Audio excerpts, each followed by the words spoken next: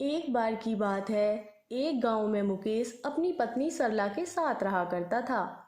सरला एक बच्ची को जन्म देती है, लेकिन उसकी बेटी बहुत बदसूरत होती है। लेकिन फिर भी मुकेश और सरला दोनों ही अपनी बच्ची को बहुत प्यार करते हैं। सरला और मुकेश अपनी बेटी का नाम गुंजन रखते हैं। गुंजन जब 2 साल की हो जाती है, तब सरला की तबीयत खराब होने की वजह से मौत हो जाती है। उसके बाद मुकेश अकेले ही गुंजन की देखरेख करने लगता है और देखते ही देखते गुंजन 5 साल की हो जाती है और मुकेश गुंजन का दाखिला एक स्कूल में करा देता है। मैंने तुम्हारा स्कूल में एडमिशन करा दिया है। कल से तुम्हें स्कूल जाना है। गुंजन स्कूल जाने की बात सुनकर बहुत खुश हो जाती है और अगली सुबह स्कूल जाती है। लेकिन स्कूल में टीचर गुंजन के बदसूरत चेहरे को देखते ही बोलती है, अरे तुम कौन हो?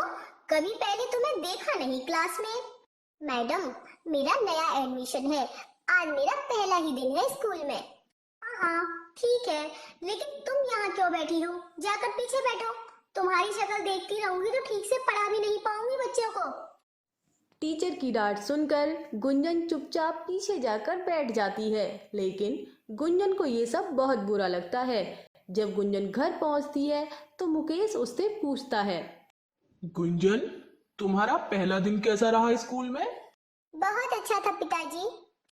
अगली सुबह गुंजन फिर से स्कूल जाती है और उसे फिर से वही सब का सामना करना पड़ता है।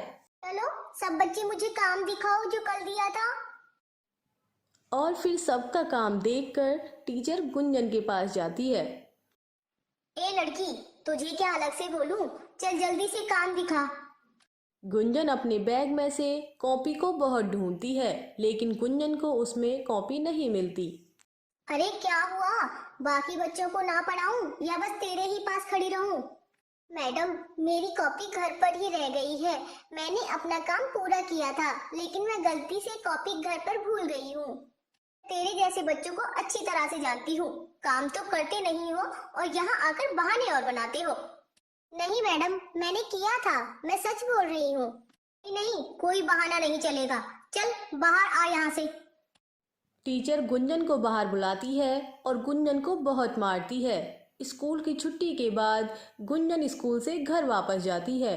गुंजन को परेशान देखकर मुकेश पूछता है, गुंजन बेटा, क्या हुआ तुम्हें? तुम इतना क्यों उदास हो? नहीं नहीं पापा, कुछ नहीं हुआ।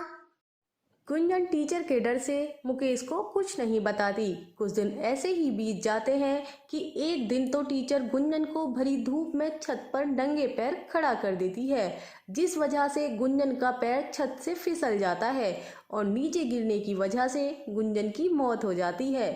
तभी मुकेश भी स्कूल आता है, लेकिन स्कूल में कोई भी मुकेश को गुंजन की मौत का कारण नहीं बताता है और गुंजन एक चुड़ैल बन जाती है। मेरे साथ ऐसा व्यवहार इसलिए किया मैडम ने क्योंकि मैं बदसूरत थी। लेकिन मेरे बदसूरत होने में मेरी क्या गलती थी? मुझे तो भगवान ने ही ऐसा बनाया था। लेकिन मैं इस मैडम को सबक सिखा कर रहूंगी, जिससे ये कभी भी किसी और बच्चे के साथ ऐसा व्यवहार ना करे। तभी चुड़ैल उस मैडम की क्लास में पहुंच जाती है और मैडम की छड़ी को हवा में उड़ाने लगती है, जिससे मैडम बहुत डर जाती है। अरे ये क्या हो रहा है? कहीं मैं कोई सपना तो नहीं देख रही हूँ? ऐसा कैसे हो सकता है? कहीं यहाँ कोई भूत चुड़ैल तो नहीं है? और टीचर क्लास से भागकर स्टाफ रूम में चली जाती है और वहां बैठकर लंच करने लगती है। लेकिन चुड़ैल अभी भी उसके पास ही खड़ी होती है और टीचर के लंच को हवा में उड़ाने लगती है। ये सब देखकर टीचर बेहोश हो जाती है और जब टीचर को होश आता है तो उसके सामने एक चुड़ैल खड़ी होती है। चुड़ैल को देखकर टीचर बहुत डर जाती है और कहती है, कौन हो तुम और मेरे पीछे क्यों पड़ी हुई हो? मैंने तुम्हारा क्या बिगाड़ा है? टीचर की ये बात सुनकर चुड़ैल अपनी असली रूप में आ जाती है। चुड़ैल को गुंजन के रूप में देखकर टीचर बहुत दुखी होती है और गुंजन से अपने गुनाहों की माफी मांगने लगती है। मुझे माफ कर दो बेटा, मुझे ऐसा भेदभाव नहीं करना चाहिए था। ये मेरी गलती है, मुझे माफ कर दो। मैडम, मैं बदसूरत थी, इसमें मेरी क्या गलती थी? मुझे तो भगवान ने ऐसा बनाया था, वैसे ही मैं आपके सामने थी। अपने बदसूरत चेहरे को लेकर मैं क्या कर सकती थी?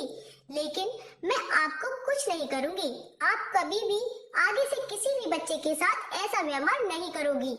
हाँ, मैं वादा करती हूँ, मैं कभी भी किसी के साथ ऐसा व्यवहार नहीं करूंगी। टीचर की बात सुनकर गुंजन चुड़ैल के रूप में आ जाती है और वहां से हमेशा के लिए चली जाती है। टीचर भी स्कूल को छोड़ देती है और विकलांग बच्चों के स्कूल में पढ़ाने लगती है और वहां वो सभी बच्चों को बहुत प्यार करती है।